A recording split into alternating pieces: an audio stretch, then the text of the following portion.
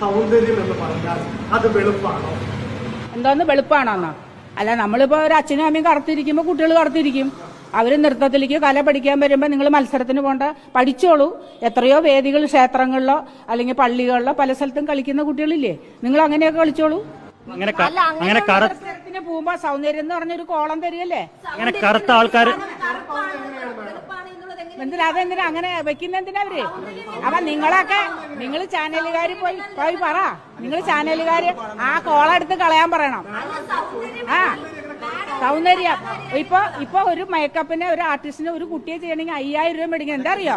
അതായിക്കോട്ടെ, അപ്പൊ ആ കുട്ടീനെ സൗന്ദര്യം ഉണ്ടാക്കി അങ്ങ് എടുക്കണം. മേഡം, സൗന്ദര്യം ഉണ്ടെന്ന് പറയുന്ന മേഡവും മേക്കപ്പ് ഇട്ടാനല്ലേ വേദി കയറുന്നത്? ആണ്, അല്ലാതെ അപ്പൊ ആരും കണ്ടോണ്ടിരിക്കില്ലോ. സൗന്ദര്യം ഇല്ലാത്തവർ മേക്കപ്പ് ഇട്ട് കഴിഞ്ഞാൽ അവർക്കുള്ള സൗന്ദര്യം ഉണ്ടാക്കി എടുക്കണെന്ന്, സൗന്ദര്യം ഉണ്ടാക്കി എടുക്കുകയാണ്. അപ്പൊ എന്റെ അഭിപ്രായത്തിൽ സൗന്ദര്യം തീരെ ഇല്ലാത്തവര് പ്രത്യേകിച്ച് മോഹിനിയാട്ടത്തിലേക്ക് വരരുതെന്ന് ഞാൻ പറയുള്ളൂ.